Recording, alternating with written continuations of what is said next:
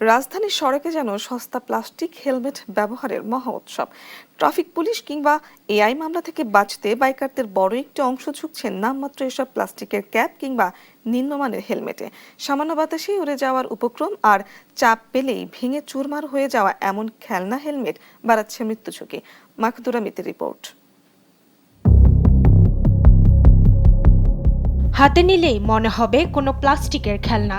সামান্য বাতাসে উড়ে যাওয়া খেলনা সদৃশ বস্তুটি আর কিছুই নয়, বর্তমান সময়ে দেদারসে ব্যবহার করা বাইকারদের প্লাস্টিকের হেলমেট, যা বাড়াচ্ছে মৃত্যু ঝুঁকি।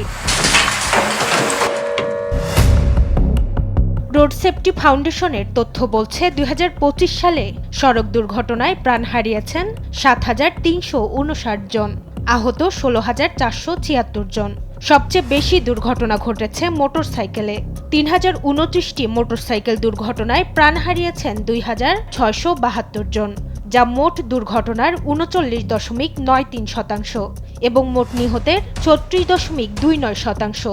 ঢাকা মেডিকেল কলেজ হাসপাতালে শুধু মাথায় আঘাত নিয়ে প্রতিদিন ভর্তি হন ৫০ থেকে ৬০ জন, যাদের ৫০% মোটরসাইকেল আরোহী।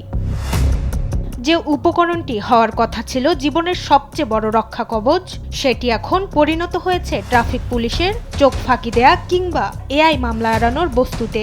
বিশেষ করে পাঠাও কিংবা অন্যান্য রাইড শেয়ারিং চালকদের মধ্যে কমদামি প্লাস্টিক হেলমেট ব্যবহারের প্রবণতা সবচেয়ে বেশি।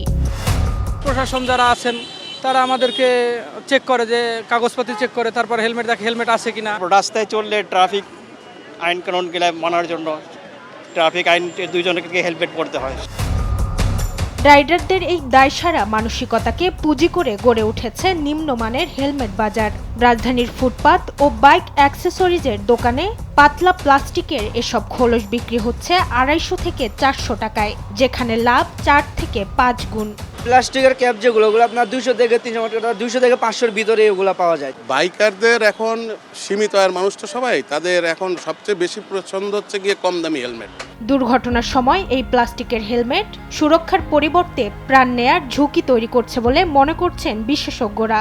মাথায় অনেক ধরনের আঘাতের ভিতরে একটা হতে পারে মাথার বাইরে হয়তো আপনার রক্তক্ষরণ হলো, ফুলে গেল, মাথার চামড়া কেটে গেল, মাথার খুলি ফেটে গেল, তো ভিতরে রক্তক্ষরণ হতে পারে। তো এগুলোর তখন মানুষের জ্ঞানের মাত্রা কমে যায়, মাথার উপরে চাপ বাড়তে থাকে এবং তার জীবন নাশের শঙ্কা হয়।